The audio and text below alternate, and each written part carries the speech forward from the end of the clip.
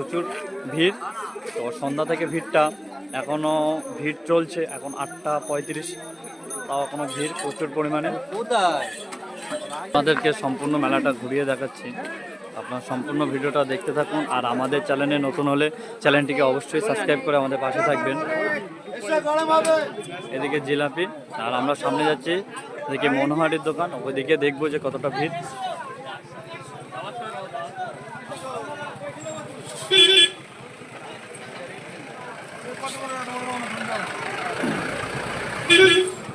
প্রচুর পরিমাণে মেলায় ভিড় ছিল, হয়তো আমি এসছি অনেক লেটে।